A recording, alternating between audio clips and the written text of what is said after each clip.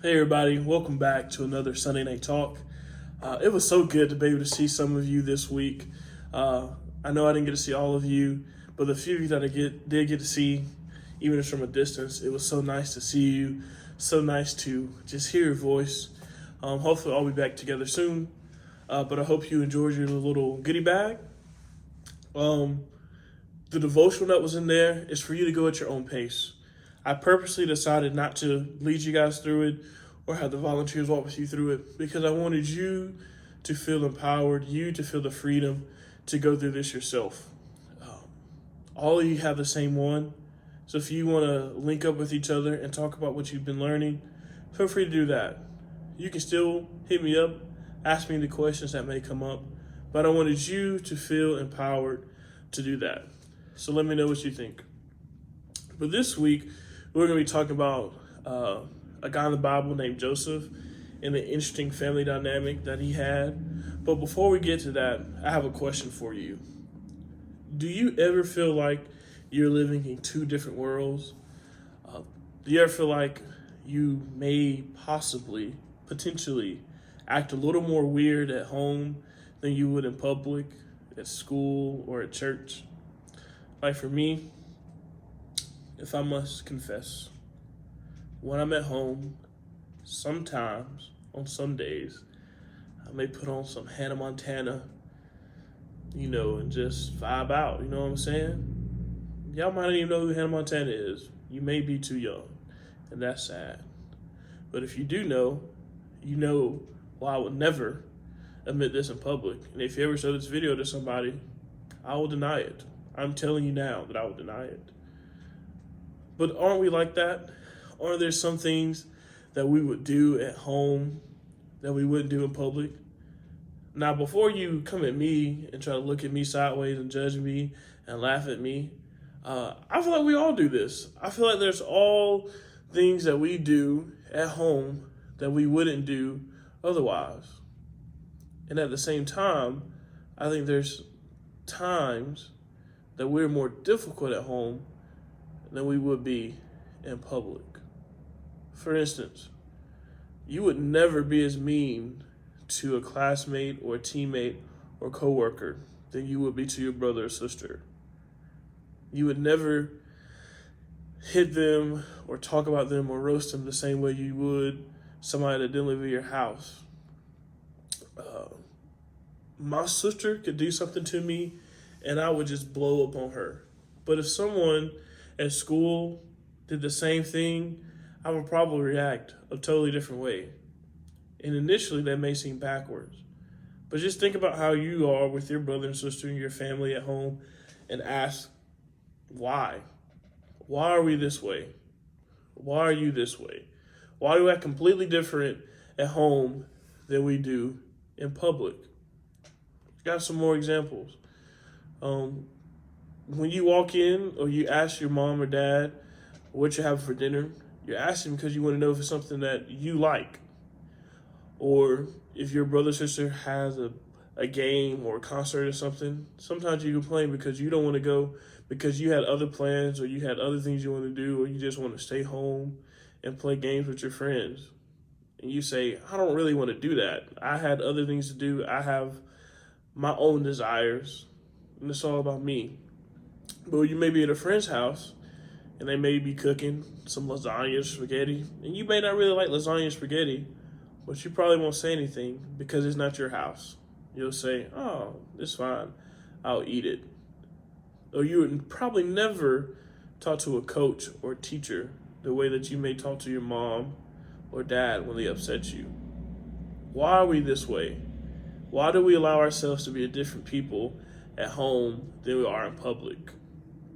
And I think the biggest thing is when we're at home, we feel more comfortable and we are more worried about how does this affect me? Our response and how we treat people is more self-centered because we think about this is my space, this is where I feel comfortable, this should be about me. So when something doesn't align with that, when something doesn't fit into what we think it should be, we get a little upset and we get a little salty. So what do we do about this? What do we do when things are not how we want them to be at home? things can be a little tense, or we're just not happy. And I'm not saying that everybody's family life is bad or tense or negative, but sometimes, like many times when I was growing up, you could just be annoyed and just like, why are things like this? What can I do about it? So this is where Joseph comes in. I'm going to tell you right now that Joseph's life was wild. It was completely different than probably anything we've ever experienced. But I want to walk through some things and point out some things that I want us to learn from Joseph's story. So Joseph was the younger brother of like 12 guys. So in Genesis 37, we find this point that Joseph's dad, Jacob, has found favor in him. He makes him this nice, elegant robe. Now you may say, bruh, it's just a robe. But to them, robes were like the nicest thing you can get. We talked about this before with Jesus and what he wore, or the prodigal son's dad. So we know that robes are something that are valued. But for Jacob's to get Joseph such a nice robe, make him such a nice robe, it pretty much said, Joseph's my favorite, suck it up. So for Joseph to be the younger brother, yet still be the favorite, did not sit well with his brothers. But it gets worse. Joseph has a series of dreams, and I want to read those to you. In Genesis 37, 6-7, it says, he, Joseph, said to them, listen to this dream I had. We were binding sheaves of grain out in the field when suddenly my sheaf rose and stood upright, while your sheaves gathered around mine and bowed down to it. Now, this wasn't a typical dream, and Joseph's brothers knew it. The dream wasn't about grain. It wasn't about sheaves. It was about power. And Joseph was pretty much communicating to his brothers that, hey, I just want you to know that at the end of the day, I will end up being more powerful than you, and you will bow down to me. And this is how Joseph's brothers responded. In verse 8, they said, do you intend to reign over us? Will you actually rule us? And they hated him all the more because of his dream and what he said. So think about the vibe and the chemistry in this family dynamic now. You have all these boys, and in their culture, the oldest son is supposed to have the most power and authority and respect. But Jacob's dad is showing Joseph favoritism, Joseph having dreams that his brothers will bow down to him and they'll have to respect him. So think about how this must feel. Put yourself in the shoes of Joseph's brothers. How would you feel? I would have been salty, all right? I'd have been mad. I'm like, bro, who do you think you are? Thinking I'm going to bow down to you. I don't care what dream you had. I'm your big brother. And we would have had some problems, if I'm being honest. If I was not saved by the blood of Christ, we would have had some problems. But what I want us to focus on is that Joseph was aware of how he was being treated, but he wasn't so much aware of what he was doing to his brothers. For the sake of this, I want us to put ourselves in the shoes of Joseph. Many of us will probably have realized, man, my brothers hate me. But then you have to ask your question, why? Why do they hate you? Why is there this negative chemistry and vibe in the house? And it's because of the way they've been treated. That doesn't justify them hating him, but Joseph could have done something, and that's what I want us to focus on. The story of Joseph here shows us that family life has always been complicated, and it teaches us how our actions and even our situations affect the people we live with. And it reminds us that if we leave things unresolved, if we leave things out on the table and we never talk about them, they don't just get better. They don't go away. It causes bitterness and tension. And you must ask yourself, what could Joseph's family have done better? What's something they could have done that would have been better than what they did? And here's a few things. Joseph could have started to see himself as part of the problem. He could have acknowledged that, hey, I know this is happening, but I'm still here as part of the family. Jacob, Joseph's dad, could have recognized that his favoritism did not sit well with the brothers. The brothers could have not hated Joseph. That was an option. Everybody had a role they could have played in it. And in your own family dynamic, in your own situation, in your own household, there can be things that you can do.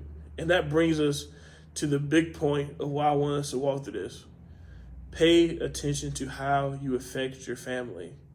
There are things that you can do to be more aware of how what your actions or what you say come off to your family. Something that you maybe didn't mean to be hurtful came off as hurtful. And you have to realize how that affects your family. Things you did. Just being considerate to say, when I come home, I'm not just going to take my shoes off in the middle of the floor, but I'm going to put them to the side or put them into my room so my mom or dad doesn't have to clean them after me, or that my brother or sister doesn't trip over them, or that if you're like somebody I know, your feet don't stink up the whole house. Our actions, our words, our deeds affect the way other people feel. Philippians 2 tells us this. Do nothing out of selfish ambition or vain conceit. Rather, in humility, value others above yourselves, not looking to your own interest, but each of you to the interest of the others. In your relationships with one another, have the same mindset of Christ Jesus, who, being in very nature God, did not consider equality with God something to be used to his own advantage. Rather, he made himself nothing. He made himself nothing by taking the very nature of a servant, being made in human likeness, and being found in appearance as a man.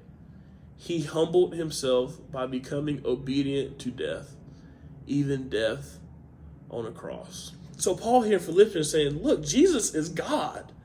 Jesus came as God, and if anybody could have been prideful and said, things are going to be how I want them, you do what I say, it could have been Jesus. But Jesus humbled himself. Jesus served others. Jesus did things and put people before him. So how can you do that? I think a few things are simple. We can start by paying attention to how we see ourselves. We can become more self-aware if we're making things about us and if we're being selfish. We can invite other people's opinion into a situation. When there is tension and you get in a fight with your brother or sister, you can ask somebody else, someone that you trust, to give an objective opinion about it. There are ways that you can be more intentional and more aware of how you treat people and how you affect your family. But before I keep going on, I want us to stop here, and we're going to unpack this in our small group. We're going to talk about this idea of being aware of how we treat our family. As we get ready to serve others, as we get ready to love the world, we first have to be aware of how we love our family. I miss you guys. I hope you guys have a good time in discussion. Love you. Peace out.